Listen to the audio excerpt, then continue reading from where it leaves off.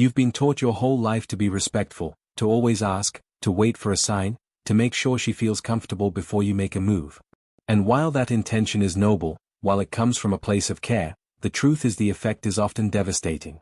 Because women don't surrender to the man who asks for intimacy. They don't melt for the man who seeks permission before every move. They surrender to the man who creates intimacy, to the man whose presence makes her feel like closeness isn't a request but an inevitability. She doesn't want to be convinced, she doesn't want to be negotiated into desire, she wants to be led into it.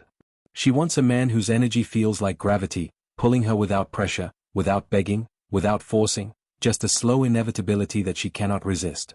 And once you truly understand this, you'll never have to ask her for anything again, because she will offer it to you willingly, breathlessly, desperately. This isn't a tactic, it isn't manipulation, it's a psychological awakening. The truth is simple, the moment you ask for intimacy, you've already given away your power. Not because wanting her is wrong, but because needing her permission to act on that desire signals uncertainty. And when she senses uncertainty, her body shuts down, even if deep inside her heart wanted to say yes. The real secret, the one almost no man is taught, is that you don't ask a woman for intimacy, you create a space where her resistance dies on its own. You don't manipulate her, you lead her. You make her feel so safe, so seen, so drawn into your presence that her body gives permission before her words ever could. If you want to touch her, you don't start with your hands, you start with the atmosphere you create, with the energy that fills the space between you. Because women don't say yes when they are asked. They say yes when they are moved, when they feel it in their body before their mind even catches up. The man who understands this never begs. He builds tension. He doesn't rush to cross the line, he makes the line disappear. His words aren't requests, they're invitations layered with subtle danger and mystery. He doesn't say, "Can I kiss you?" He looks at her and says, "I like the way you look at me when you're trying not to." He doesn't say, "Do you want to come closer?" He simply leans back, giving her the space to move forward. Do you see the difference? He doesn't make her feel pressured, he makes her feel pulled. He doesn't plead for intimacy, he creates a current so strong that intimacy becomes inevitable.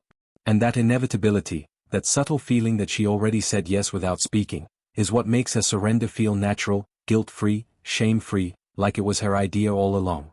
Because that's the real trick no one tells you. Women don't surrender to pressure, they surrender to permission.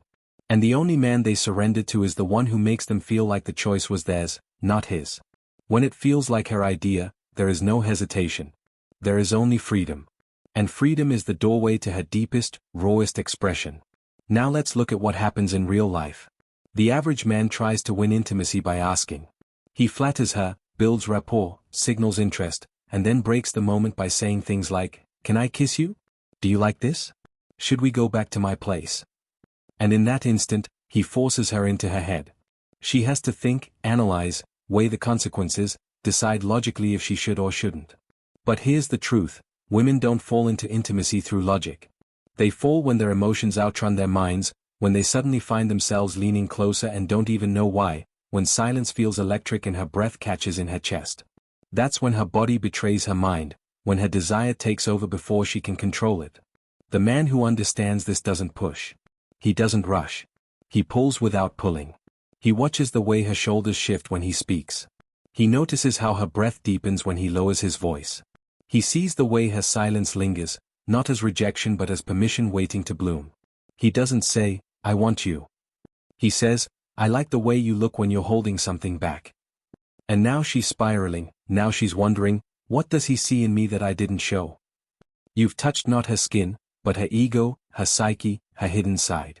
And women crave that kind of exposure, because it's rare. And what's rare becomes irresistible.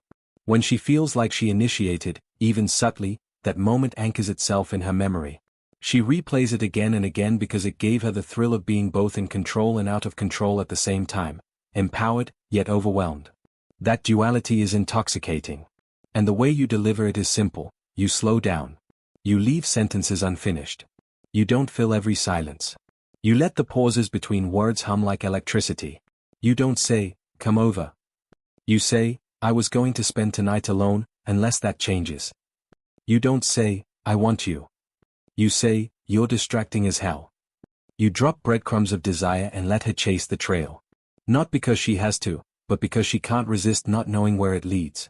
That's why the most powerful moments of intimacy are not born from verbal permission, but from emotional suggestion. If she's unsure, she waits. If she's intrigued, she acts. The goal isn't to get her to say yes. The goal is to make her feel like not saying yes would haunt her. That's what lingers, what drives her wild, the memory of feeling like she chose, like she couldn't stop herself. You gave her the fantasy of freedom and the illusion of control, and in return she gave you everything. That's not manipulation. That's psychological seduction at its highest form.